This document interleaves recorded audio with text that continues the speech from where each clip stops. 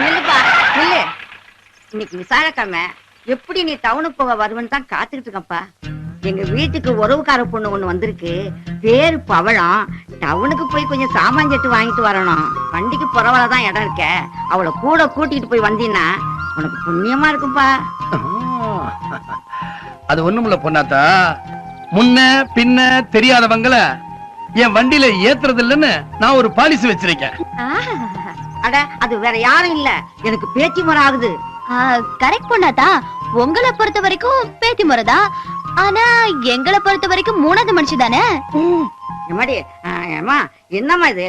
உங்க அண்ணன் ஊருக்கெல்லாம் ஓடி ஓடி உதவி செய்யறவரு, இன்னைக்கு என்னாச்சு இவ்வளவு கராரா பேசுறாரு?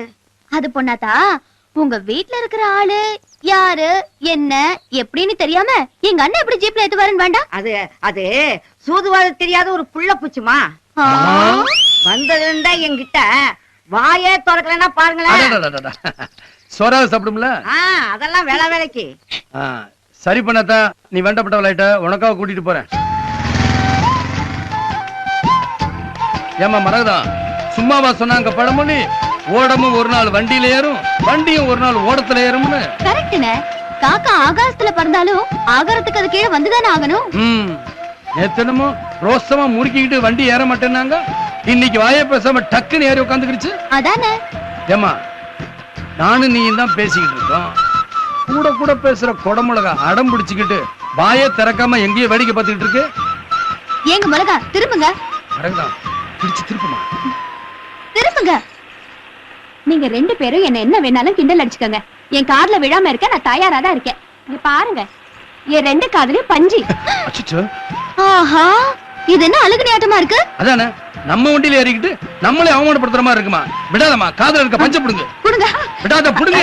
புடுங்க. ஐயோ, சரியான கைகாரியா இருப்பாங்க போல இருக்க. அதானே, நம்மள என்ன கேனைய நினைச்சுக்கிச்சா? அப்படியே எகிரி ஒரு கொமட்ல ஒரு குத்து குத்துமா. குத்துனப்பா. ஐயே, அண்ணன் தங்கச்சி ரெண்டு பேரும் ஏன் இப்படி மிஸ் பண்றீங்க? பின்ன என்ன, எப்ப பார்த்தாலும் மூஞ்சி உம்முன்னு வச்சுக்கிட்டு சிறு சிறு பேசிக்கிட்டு இருந்தா வயசு பொண்ணுனா கலகலன்னு சிரிக்க வேண்டாமா? நான் எப்படி கலகலப்பா சிரிக்கிறது? வாயாலதான். என்னத்த வாயால? முந்தா நேத்து தான் எங்க அப்பா செத்தாரு.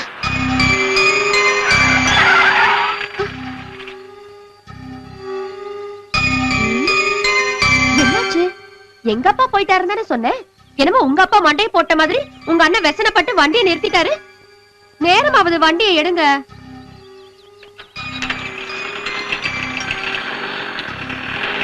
ஏமா அப்பா சுத்த சமாசாரத்தை இவ்வளவு சாதாரணமா சொல்லிட்டு இருக்க? ஆமா, சரியான குடிகார அப்ப. எந்த பிரயோஜனமும் இல்லாம இருந்தாலும் துணைக்கு அப்பா கூட இருக்காருங்கிற தைரியத்துல எப்படியோ காலத்தை ஓட்டிட்டு இருந்தேன். முந்தா நேத்து திடீர்னு மண்டைய போட்டாரு.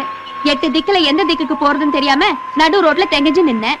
அப்பதான் தூரத்து சொந்தமான பொன்னாத்தா பாட்டி ஞாபகம் வந்தது. திடீர்னு இங்க ஓடி வந்தேன். பாதுகாப்புக்கு வேணா பாட்டி வீட்டுல இருந்துக்கலாம், ஆனா என் வயிற்று பழப்புக்கு நான் தானே ஏதாவது பண்ணிக்கணும். பாட்டி பொட்டி கடை வச்சிருக்கிறதுனால முறுக்கு சீடை தட்டு எல்லாம் செஞ்சு கொடுத்து வியாபாரம் பண்ணலான்னு தோணுச்சு. பாட்டி கழுத்து பம்பர மாதிரி இப்பவே இப்படி இப்படி இப்படின்னு ஆடுது. இந்த ஆட்டமும் நின்னதுக்கு அப்புறம் இந்த அனாதை எங்க போறதுன்னு நினைச்சு பார்த்தா கை காலெல்லாம் வெட வெடாங்குது. இந்த லட்சணத்துல நான் எப்படி கலகலப்பா சிரிக்கிறதுன்னு வேண்டாம். கவலைப்படாதம்மா, இனிமே உனக்கு யாரும் இல்லைன்னு நினைக்க வேண்டாம். நாங்களும் உனக்கு துணையா பொன்னாத்தா பாட்டி மாதிரி இருக்குன்னு நினைச்சுக்க. சரிங்க, நான் உங்களை என் தாத்தா மாதிரி நினைச்சுக்கிறேன்.